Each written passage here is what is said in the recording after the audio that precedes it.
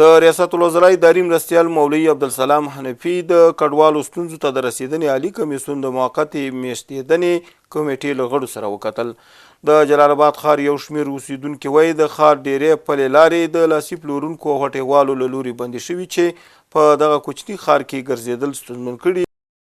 ننګرهار کرنې رئیس د ځنګلونو ساتنې په موخه شیرزاد او حصارک ولسوالۍ ته سفر وکړ. د ننګرهار عامې روغتیا ریاست د روغتیایي قوانینو د تطبیق او بررسۍ مسؤل ډاکټر قدرت الله ساحل په مشرۍ تخنیکي ټیم او د استخباراتو مسؤلینو جلال آباد ښار کې د پاکستان شوکت خانم په نوم غیر قانوني فعالیت کوونکی مرکز وتاړه.